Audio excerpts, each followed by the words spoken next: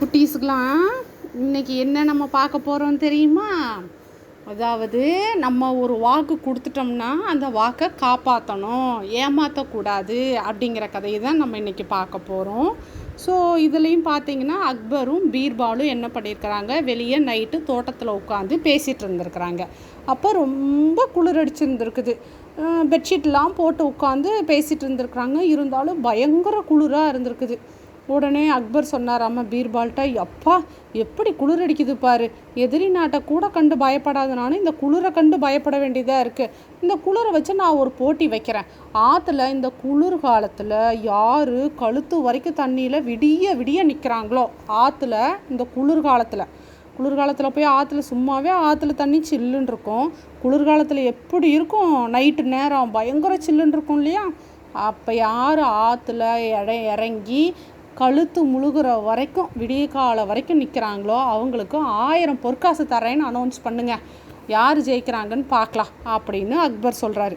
பீர்பால் கேட்டாராம்மா, இந்த குளிரில் யாராவது ஆற்றுல நிற்க விரும்புவாங்களா, அரசே செத்து போயிடுவாங்கல்ல அப்படின்னு சொல்லி கேட்டிருக்கிறாரு.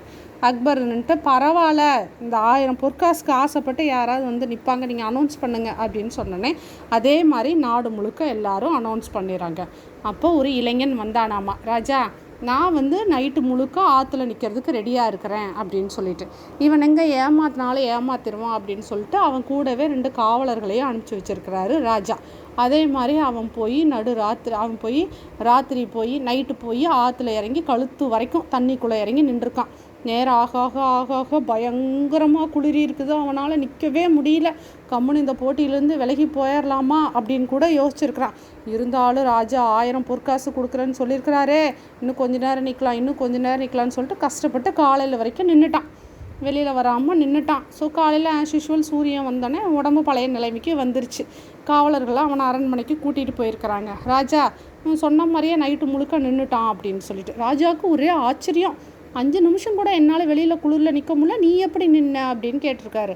உடனே அதுக்கு அவன் சொன்னானாம்மா, ராஜா நான் நைட்டு குளிரில் நிற்கல, அப்படியே அண்ணாந்து பார்த்தேன், அரண்மனையில் மேலே ஒரு விளக்கு எரிஞ்சிட்டு இருந்துச்சு இல்லையா, அந்த விளக்கோட ஒளியை பார்த்துட்டே இருந்ததுனால எனக்கு குளிர் தெரியல அப்படின்னு சொல்லியிருக்கிறா. அப்படி உடனே ராஜா சொன்னாராம்மா, அப்போது அரண்மனை மேலே இருந்த அந்த விளக்கோட ஜூடு தான் வந்து உன்னை குளிர்லேருந்து காப்பாற்றிருக்குது, அப்போ உனக்கு பொற்காசு தர முடியாது போ அப்படின்னு சொல்லி அனுப்பிட்டார்.